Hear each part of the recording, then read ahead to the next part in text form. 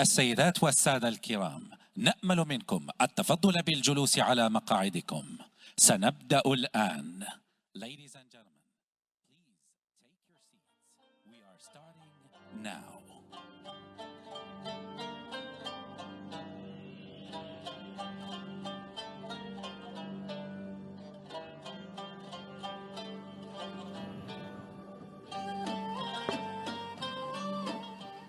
كيف؟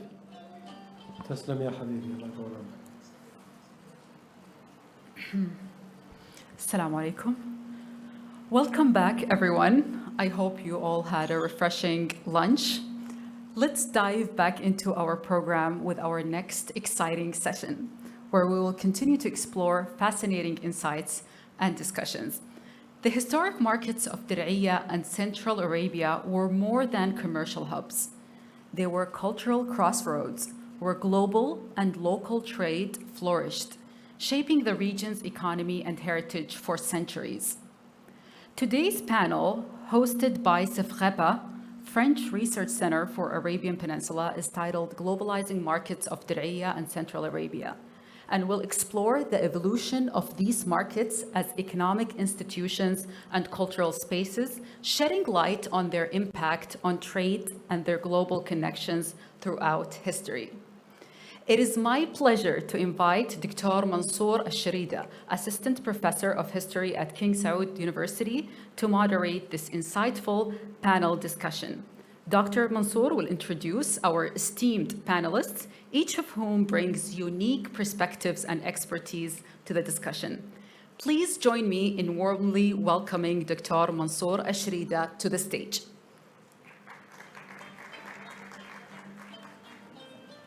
Good afternoon. Do you hear me? Good afternoon. Thank you for coming. I think this topic that we will be discussed by three outstanding speakers will be very fascinating and profitable for all of you. We will discuss today globalizing markets of Diriyah and Central Arabia throughout history. Our three speakers are Jeremy Chetiquet, full-time researcher at the French National Center for Scientific Research in Paris, editor-in-chief of Arabian archaeology and epigraphy. He specializes in the history of population and evolution of the settlement pattern in the Arabian Peninsula and the Horn of Africa from the Bronze Age to the beginning of Islam, with particular interest in the political and cultural mapping of ancient Arabia. He has explored many archaeological sites in Saudi Arabia, Najran, Al-Kharj, and Medina, and the Peninsula. He is an associated researcher at the French Center of Research and the Arabian Peninsula. Our second speaker is Stephen McPhillips. He is an archaeologist working in the landscape and the rural world in the Islamic periods. He is working for the Khyber Archaeological Project in Paris. He is an associated researcher at the French Center of Research and in the Arabian Peninsula. He has directed with Paul Wordsworth the book Landscapes of the Islamic World, Archaeology, History, and Ethnography, published by University of Pennsylvania Press in Philadelphia in 2016. Our third speaker is Philippe Pétriet. He is an assistant professor at Paris 1 Pantheon Sorbonne and specializes in the modern and economic history of the Arabian Peninsula. He is an associated researcher at the French Center of Research in the Arabian Peninsula. His last book is The Last Caravan, the history of the caravans and the camels market in the Middle East between the 1850s and 1950s. It will be published by Cambridge University Press this year. Congratulations, Philip, for this outstanding publication. Actually, the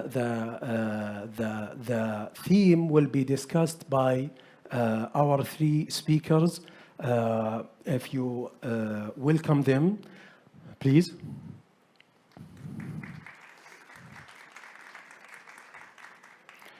This session will be kind of discussion, not given just a paper and spend a lot of time discussing one by one. So feel free, please, if you want to interrupt and just ask for a question or any comments. We will go with three main questions we will be discussing with our three colleagues. First question actually going to be how to approach markets in the history of pre-Islamic, Islamic, and modern Arabia. We will be started with Jeremy for answering this question. Please. Yes, thank you, Dr. Mansour, for your very kind introduction. Yeah, I got a PowerPoint slideshow, so after Mansour told you, we will deal with three different questions successively and answer this question one by one before moving to the second one. So the first one is how to approach market, as far as I'm concerned, in the history of pre-Islamic Arabia, which is the view of an archaeologist, and that's something quite tricky because we don't have many visible for markets. So we have basically two ways to look at markets. The first one is looking at what's on offer. What does the region have to offer? What are its natural resources? What are the local craft industries? And also when were these resources exploited? So the first way, looking at the offer, and the second way is to look at the material expression of the trade, of the commercialization. So this is what I want to discuss quickly with some slides before we move on. So let's start with the offer. If we look at the Arabian Peninsula, there are some resources which are easily visible because we have material traces on the field during excavations. For example, copper in Oman, gold and silver in Saudi Arabia and the Najd and Hejaz, and then you can see the mining sites, the metallurgical areas for process the copper ore, etc. So we can find material evidence for that. We also have textual evidence for that. So if we look at these main resources, there are basically four big categories: copper in the mountains of Oman and the United Arab Emirates today. There are dates from Dilmun, which is well known. There is aromatics from South Arabia, frankincense, myrrh, and then there is gold and silver for Hejaz and the Najd. So these are the very visible resources. And if I want to take just one quick example, copper.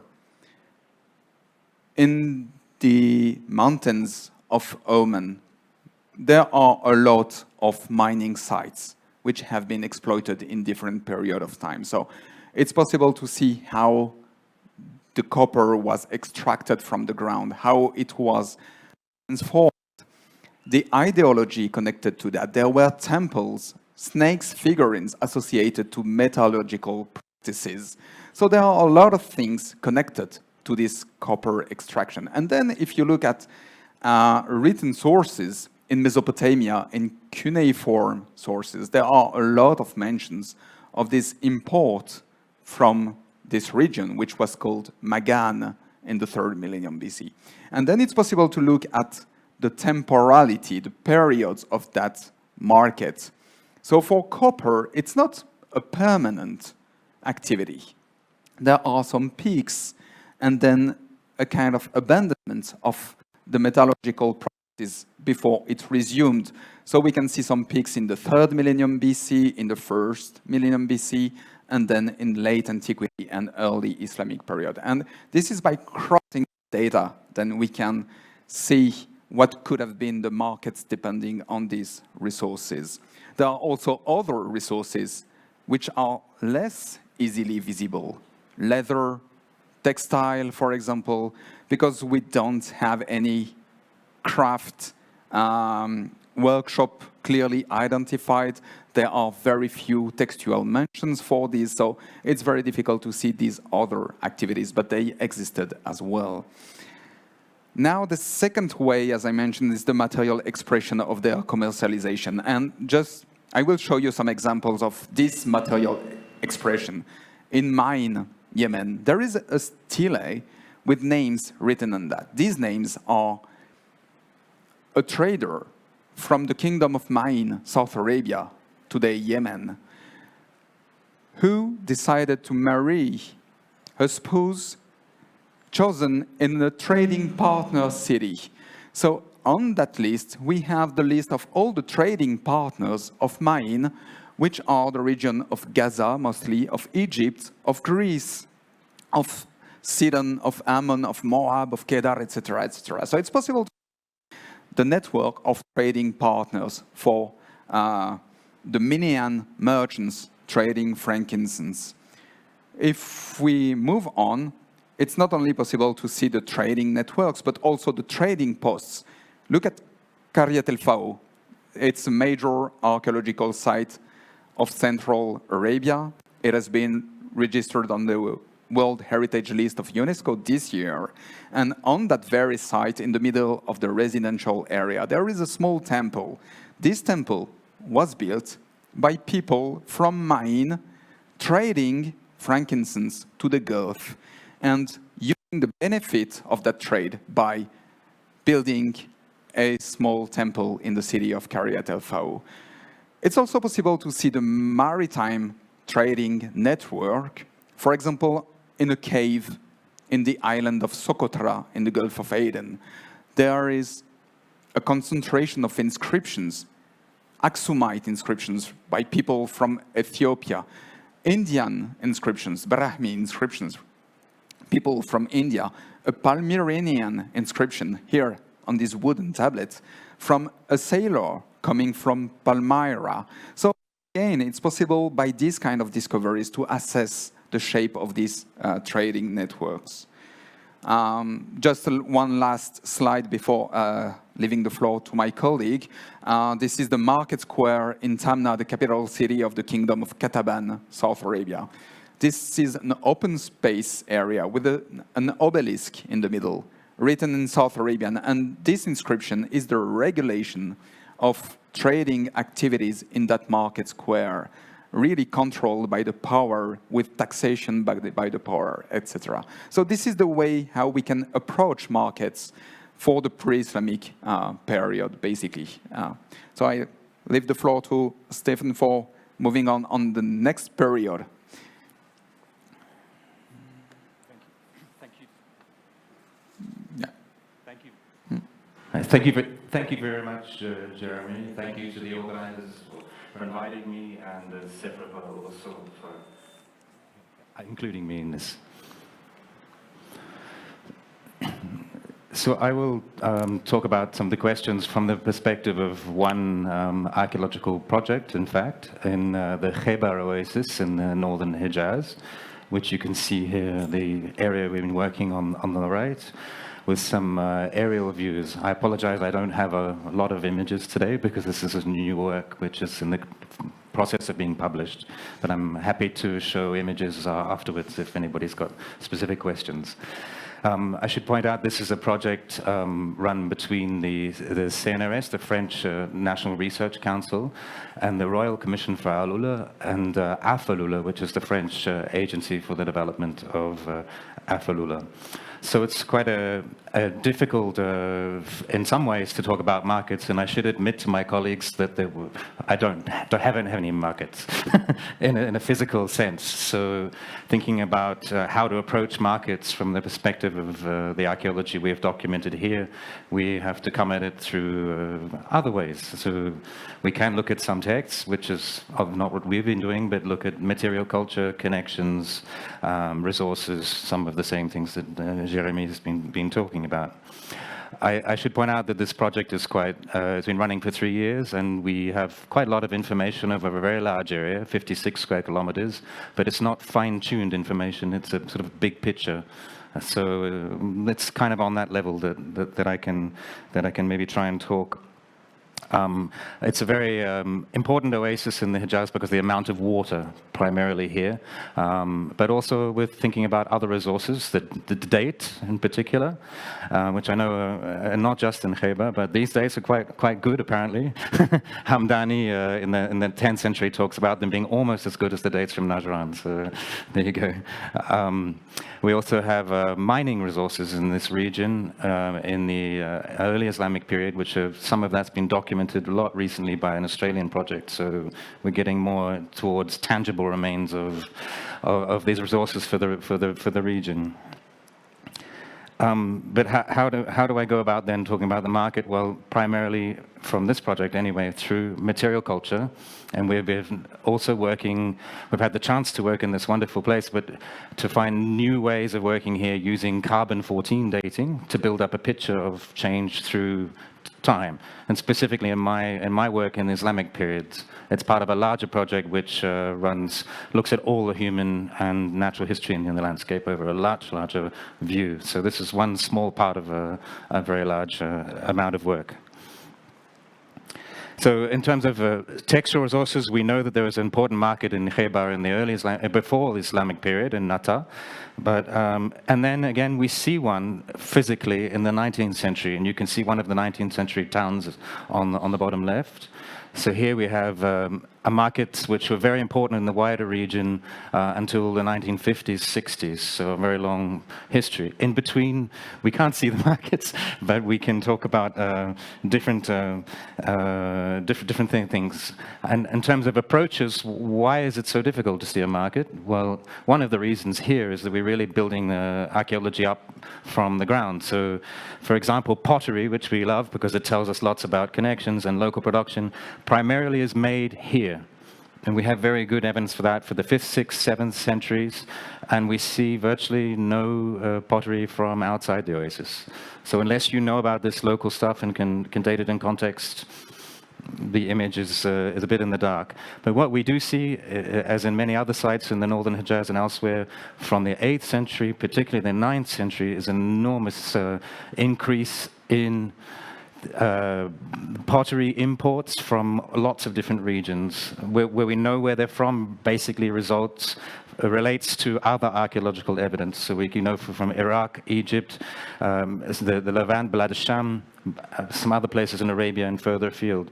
So we see this on many sites, and we see major new economic investment, if I can use that word, in the oasis from the early Islamic period. Already from the 7th century, so soon after the conquest of Khaybar in 628 Gregorian, the construction of very large dams. So making new ways of exploiting the water resources in the oasis, presumably for agricultural activities. So this is something it's perhaps already surprising to see that in the 7th century, so early in the Islamic period, but it's showing us the importance of this in the Khaybar. Yeah, that's sort of my response to how to approach the market. I avoided the question, so pass to my colleague.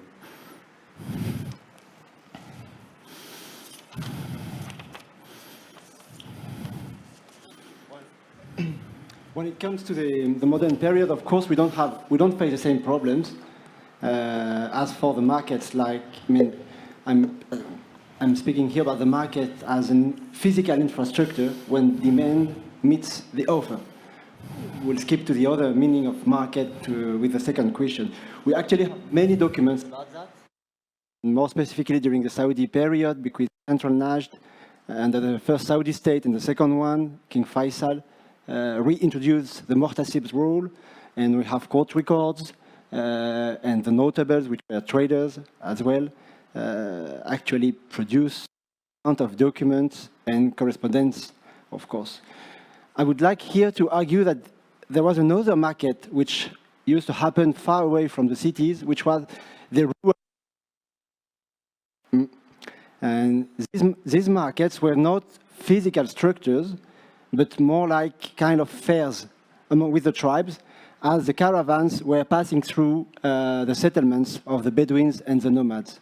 And they used to settle for a specific amount of time, 1 week, 2 weeks, or even a month, fairs in the desert or in the steppe, al-Filber, and used to sell and buy produce from the Bedouin and the nomads, which of course happened far away from the city and so far away from the urban gaze. And that's why these specific markets are not very well documented, and Mansour knows that better than I. The main challenge for the historians in the modern period is to approach these rural markets, which were essential for the economic city of Diriyah and all of the cities in Central Arabia. Most of all because this was a market where you could procure some camels from the Bedouin, of course, and exchange your own urban commodities with the Bedouin, who really happened to come to the cities to sell their own products, contrary to what we could expect from them.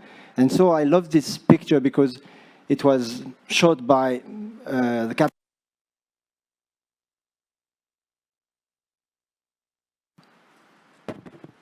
Okay, this picture has been shot by Captain William Shakespeare, who, as you may know, or as many of you may know, died during the conquest of King Abdelaziz. And he shot this picture some months before being killed in the battle during the Saudi troops and the Al-Rashid, close to Breda.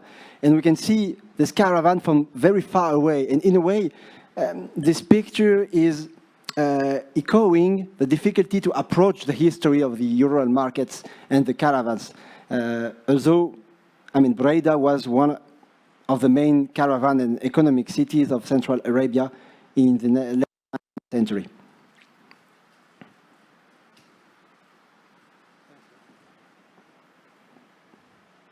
Thank you. Thank you all. I think we have now an idea of how to approach the markets in history, especially the history of Central Arabia since the ancient time to modern times.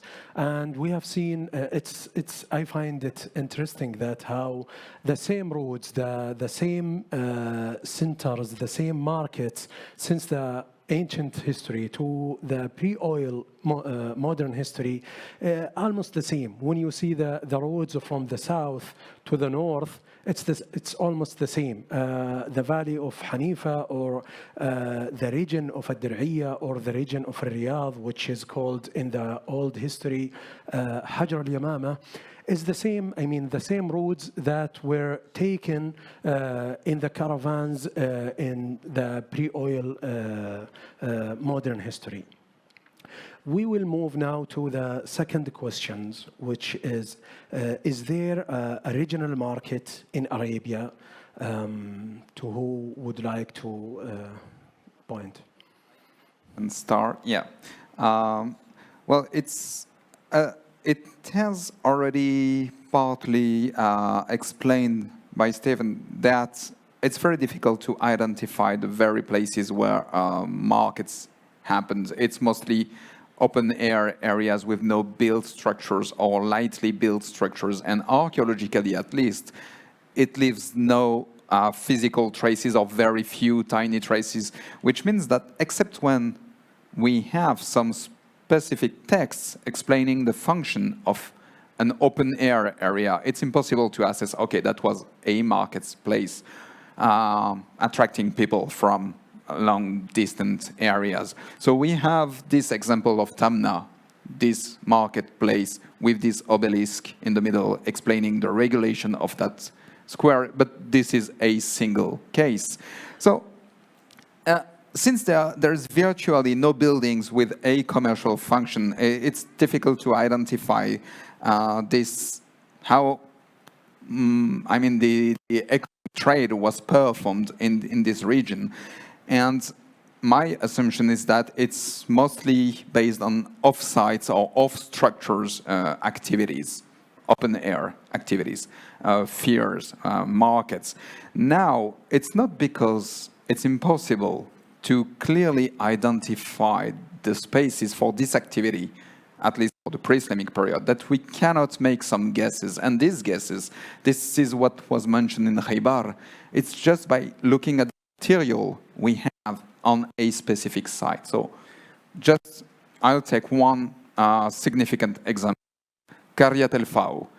Qaryat al-Faw is a small settlement, quite isolated. I mean, there is no major settlement in a radius of 200 kilometers. But if we look at what's on this side, there are a lot of imported materials from long-distant regions. There is Nabataean potteries coming from southern Jordan, northwest Arabia. There is South Arabian potteries. There are thousands of jars which were produced in South Arabia and used for transporting goods on camels. And there is a hill on the site, we call that Pottery Hill, which is just a heap of these broken jars used for that trade. There are glass vessels imported from Egypt, statuettes coming from Mediterranean. So you can clearly see through the material culture that a specific area was a hub for trading activities. So even if we don't have specifically identified the place for, the physical place for this activity, it's quite possible to at least identify the nodes in the network where these exchanges happened in the past. Yeah. Thank you. I want to go back to the image, if I may.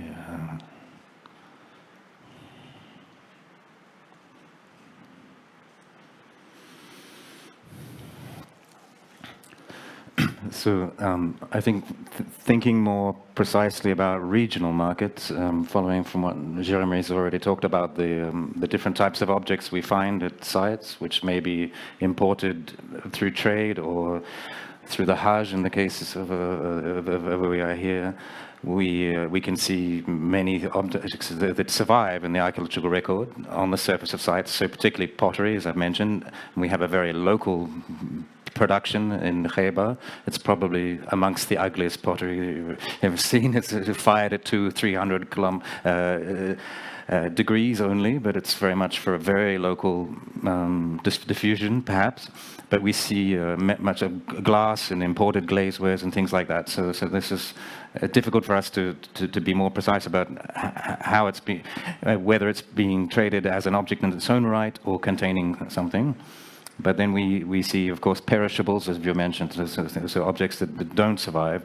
But in the case of Khaybar, we have a particular phenomenon, which perhaps people here in the audience, I hope, have some comment on, which is relates to the date production in Khaybar, and it actually leaves an archaeological record of some importance. You can see in the top left image, this is part of the Harad Khaybar next to the oasis. So you can see some palm trees, date palms below it.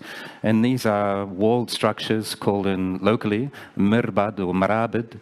And they cover, my colleagues from earlier periods hate me because a lot of the archaeology has been transformed into these, over 1.5 square kilometers of the oasis of Khaybar.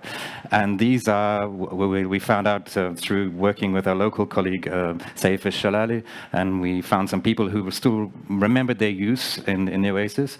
These are installations for Bedouin tribe people to coming into the oasis during the fair, the annual fair, which took place concurrent with the date harvest, or just after the date harvest, so September, around this time.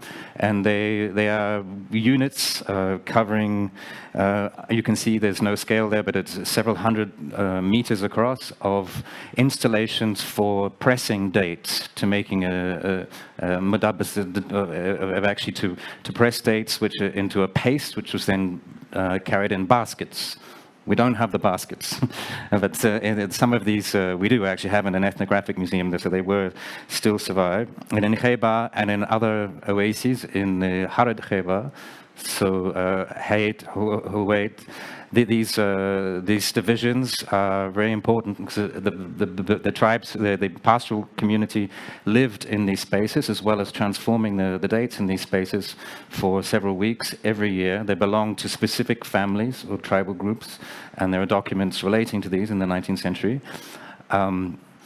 There are different installations in different places in the oasis. And I've tried to find other examples. I've talked to people with these, but it seems to be something that survives anyway in the archaeological record, very specifically in the Harid Khaybar.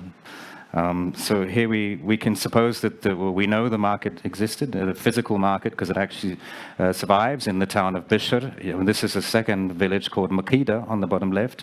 And here we have, we know that the townspeople, the inhabitants of the oasis, sold their dates unprocessed, fresh or dried perhaps, but not pressed. And we know also in Khaybar, from again local sources and historical accounts from the 19th century, that the date harvest was shared 50% between these two different populations. So very equitable arrangement, which to the profit of everybody. So this is a specific relation to the local market, if you want. I don't know how far afield the people traveled with the dried dates, presumably very far indeed. So.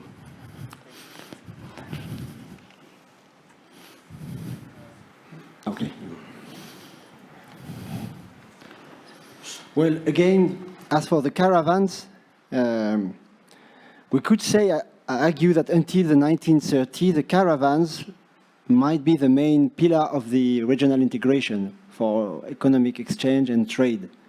And before, of course, the advent of motor vehicles, the lorries, and the new boundaries between the states of the region, which of course made it more difficult to move overland from a country like Saudi Arabia to Jordan and Lebanon or Iraq.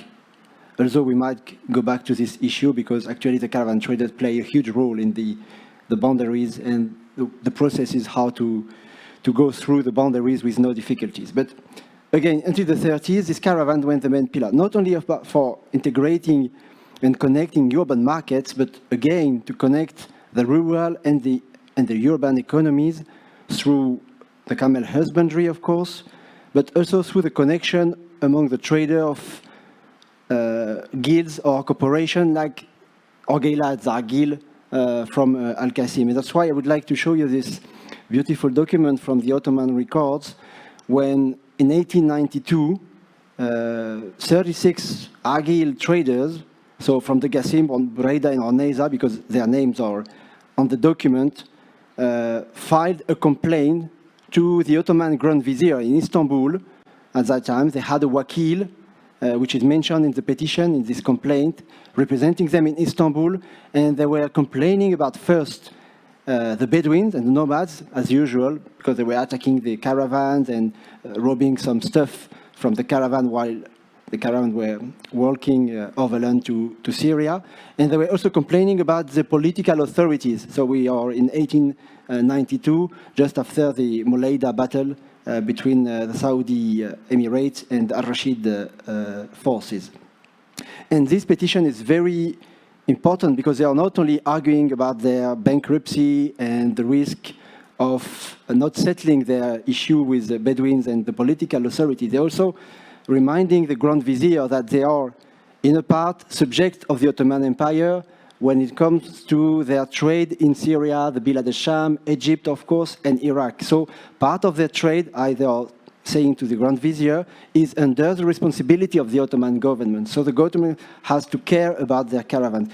And that's one of the documents that we could use to show the extent of this regional market when, during the late 19th century, we might argue that the caravan trade reached its climax. I mean, the best organization that it could before declining during the 20th century.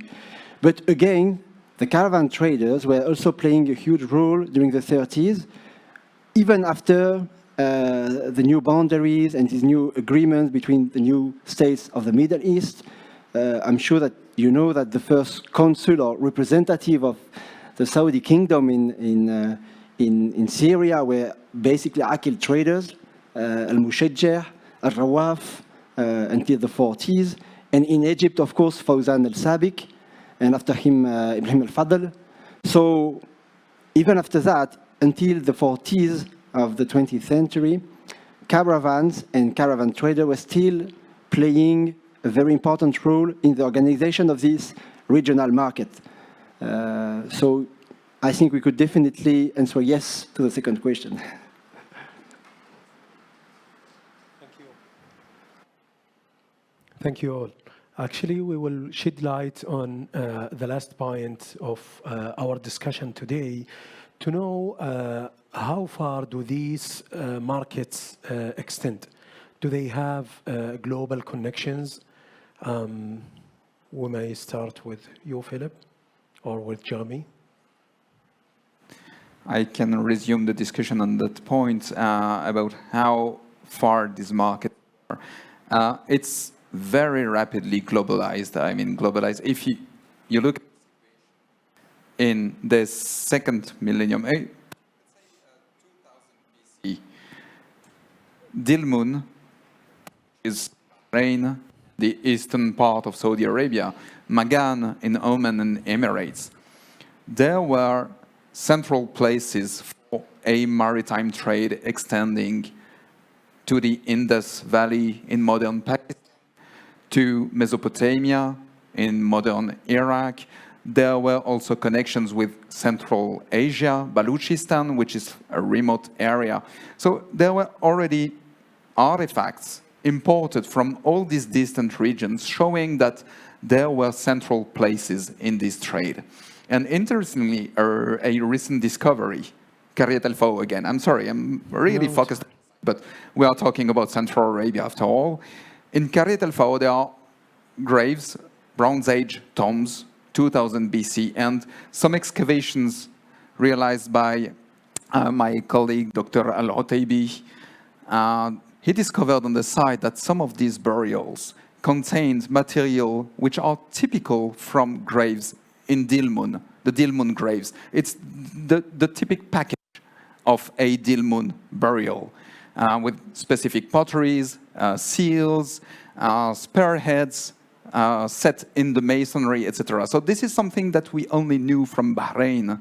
And suddenly we can see that it's also present in Qaryat al-Faw, meaning that at the time, even in 2000 BC, there were connections between the Arabian Gulf and this distant Central Arabia. And then if we look at a later period, I mean, connections was much more wider. If you look at the periplus of the Erythraean Sea, it's a Greek description of the seaports for the trade between the Mediterranean and India, describing the roads that boats were following, the seaports, the goods which were exchanged. And you could see that the kingdoms of Arabia, for example, Himyar, had connections with Eastern Africa, modern Tanzania. They had connections with India. They had connections with Persia, with the Arabian Gulf, etc. So it's a widely connected trade. And I would like to mention also another recent case, the Somalian case. So what Somalia is, why I'm bringing that in when we speak about Central Arabia. Well, 5 years ago, Sabaic inscriptions written by people coming from the kingdom of Sabah, central Yemen, were discovered on the seashore of Somalia in a small temple, a small Sabaean temple. So people from the kingdom of Sabah in Yemen went to Somalia, built a small temple, wrote inscriptions explaining that they organized several maritime expeditions. What's the point? I mean, we are in 700 BC. At that time, they were just looking for increasing the supply in frankincense. And the reason for that is that at that very moment, Assyrians in northern Mesopotamia conquered the Near East. It opened the road, the trading road, to Assyria in northern Mesopotamia. So the kingdom of Saba, who was trading frankincense to the peninsula, to the Near East, suddenly had a new market, which was Assyria in northern Mesopotamia. And they wanted to increase the supply. So they settled colonies in Ethiopia, in Tigray, and also they sent expeditions, maritime expeditions in Somalia, just to increase this supply. So you can see that even in the 8th century BC, it was almost at least a wide regional trade. I would even say globalized trade at the time. Yeah.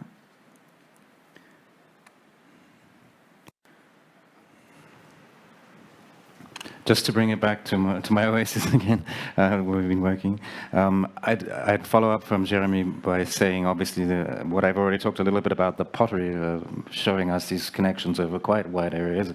I should also say that never really stops. So from, at least from the 8th century through to the modern period, we see importations from very far away. Sometimes some Chinese material, potentially for 11th, 12th century, but then a lot in things going on in the late 19th century when we really can have better preservation. And the town you can see on the bottom left, we've excavated and settled between about the 1870s to the 1950s. We have people describe, Doughty, for example, describes Khaybar as being very poor in the late 19th century, but if we look at the material culture, it's not actually very poor.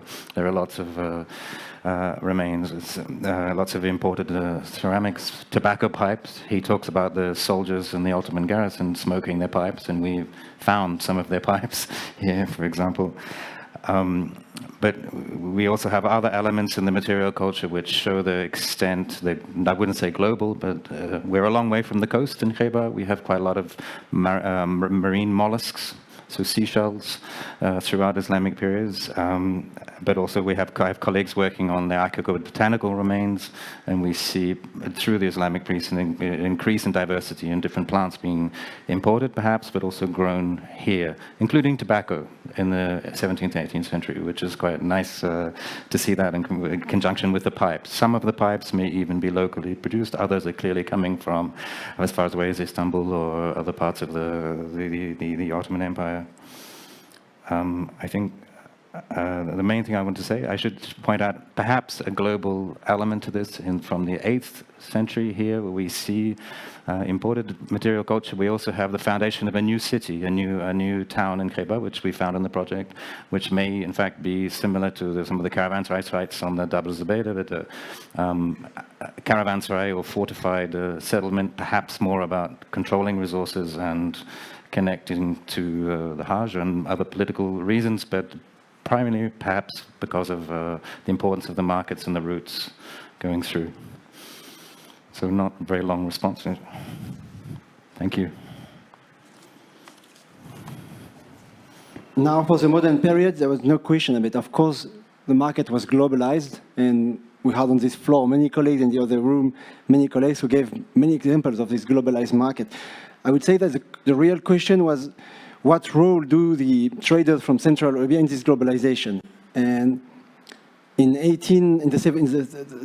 early 70s, in 1974, I think, one Danish scholar, which was very famous at that time, Niels Stensgaard, argued in a famous book, which was entitled The Asian Trade Revolution of the 17th Century, the East India Company and the Decline of Caravan Trade, how he was arguing that after the establishment and the founding of the first European trading companies, the East India companies in the 17th century, the early 17th century, the caravan trade basically lost its role as connecting the different parts of the world. And this role was transmitted to the European companies, and that's why Europe played the main role in globalization since the early modern period. The thing is that Stensgaard actually worked on the mainly European-based documentation, and he focused more on a transcontinental trade, basically the trade importing Asian luxury products from Asia to Europe. That part of the trade, we could not argue against that, was shipped directly from Asia to Europe on European ships. Now, when it comes to the intermediary trade, and this intermediary is a very long trade between Asia and Europe, and more specifically in the Middle East, we could say that the caravan kept their role, and as I said previously, until in the 19th century, late 19th century, they played a bigger role than ever before. And I think the best example of that is the trade of horses, where, again, going back to Fawzan al-Sabiq and the other Central Arabian traders settled in Cairo with their stables and their trade in horses in Al-Mutayriya, Kfar al-Gamus, and Cairo, generally speaking, we could see that the Argyle traders and Central Arabian traders were actually monopolizing this market, importing horses from the Bedouins and the nomad like the Anaza, the Shammar, and the most famous tribes when it comes to husbandry of the horses, and exporting it again to the harbors of Iraq or to Egypt and even to Damascus, first of all for the British Army in India, and secondly, more specifically, exporting it from Cairo for the races in Europe, in Cairo, as it was usual at that time. And again, with that trade of the horses, we could see that there was a globalized market, and in some sectors of this globalizing market, the Central Arabia kept its role as not only being globalized, but as globalizing again the economy and having a share in it. So I think it's important to move between these two questions. How far does it extend, and what is the role, or what role do these Arabian traders kept at that time in globalization? Great. Thank you. Thank you. And actually, we can add that the pilgrimage routes, the Hajj caravans, that played essential role in connecting the Central Arabia markets to the Islamic world, especially, and other commodities and the stuff that comes from around the world. For example, we have an account of Ibn Bishr, who was an eyewitness during the first Saudi state here in Diriyah. He stood once at the market, the seasonal market, and said that he watched many currencies in the market, different languages even, different races, who are all traders from around the world coming to this place, who was flourishing, who was very improved at that time. So the Hajj route are very significant for globalizing Central Arabia's markets. Is there any questions? Go ahead, Dr. Abdullah. Is there a mic or something for Dr. Abdullah for questions and comments?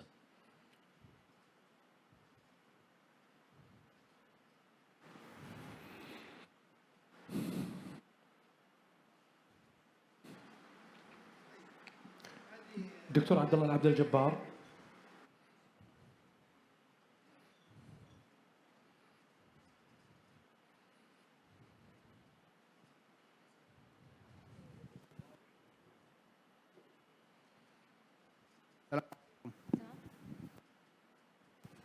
السلام عليكم. عليكم السلام. سعد الله مساكم جميعا. I would like to thank you, the panel, for their, very interesting subject and their discussion of that. I would like to add one point which is very important for the let's say the trade of the Arabian Peninsula until the 20th century, and that is the camel trade.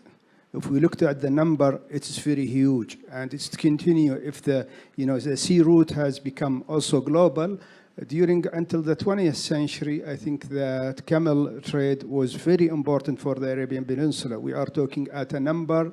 If you look at the traveler accounts, how much the number they are, or if you look at the Ottoman record or the British record, you will see great number of trade in the camel. That's not only going to Syria, to Egypt, and to most of the other part of the Near East, because they are the main, commodity for, or the main for transportation.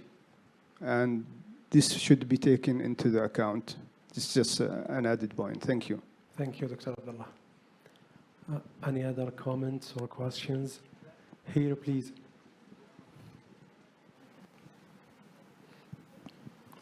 السلام ورحمة الله وبركاته. وعليكم السلام ورحمة الله وبركاته. الأستاذ في تجارة عمان جيرمي. نعم تطرق إلى بعض النقاط، أحب أن أقارب لكم منها بعض النقاط، وهي الأول أن عمان بينه صلة ووادي الدواسر التي فيها الفاو التي تطرق لها، فإن سوق وادي الدواسر القديم يسمى ماجان كما يسمى سوق عمان ماجان، وهذا الكلام أنا موثقه وعليه شواهد، ويعني وأوضح من أن يوضح. النقطة الثانية إن الفاو وتسمى قرية، فهي ليس محطة تجارة فقط لا غير، هي محطة مدينة صناعية بتروكيماوية بالمعنى القديم، وهذا الأمر ما نريد البحث عنه، أن يبحث ويوثق كيميائيا في التربة. هذا الأمر لازم ننتبه له. أما هي محطة نعم هي تبادل فيها البضاعة والجمال، هذا أمر يعني. ثانيا أن هناك طرق ترد إلى الفاو ذات كهل، ترد إليها من طرق عدة خارج طريق نجران. هذا ما حببت المشاركة به، والسلام عليكم. شكرا.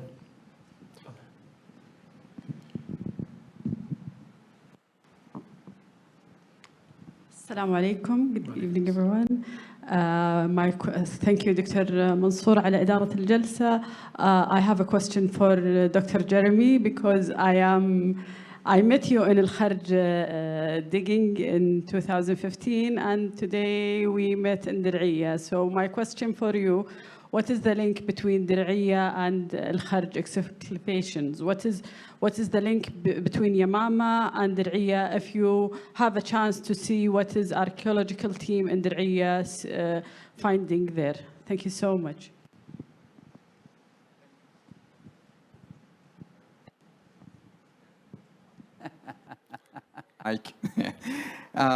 Yes, thank you for your question. Indeed, I remember you visit on the site of El Yamama in Al Kharj area, where we excavated some years ago with Professor Al-Ghazi. And this site is really a significant city in the 17th, 18th century. So it's a site which was contemporary with Diriyah. It was an important site. And I say important, it's mainly based first on its extension, because we can see on the surface of the site that it was more than 50 hectares wide. And also due to the size of the Great Mosque. This is one of the buildings we excavated. And the Great Mosque, the Congregational Mosque of El Yamama, was one of the largest one for that period known so far, meaning that at least the city was really significant. I am not speaking of previous periods. We could also elaborate on the early Islamic or the pre-Islamic period, because we also identified the different occupations. At least for the late Islamic period, it was a white city with an oasis irrigated with these kharaz, kind of canats, bringing water to the palm groves. There were long-distance connections. There is porcelain coming from China, Siladen coming from China, important, pottery coming from Iraq. So we can also identify these connections, also these Ottoman pipes as well, these earthen pipes for smoking tobacco. So yes, it was inserted in long-distance trade. I cannot tell you what was the personal connection between people from that city and Diriyah. I don't dig into this historical part, but they were clearly close to one another, closely connected, at coeval at the same period, occupied at the same period. So there were obviously intricate connections between these two areas, definitely, yes. Because we are out of time, last question here, please.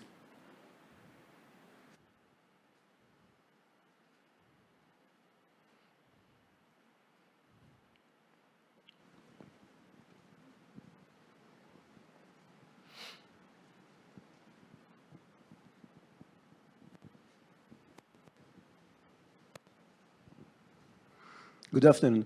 I am Pietro Laureano, UNESCO expert for water and oasis.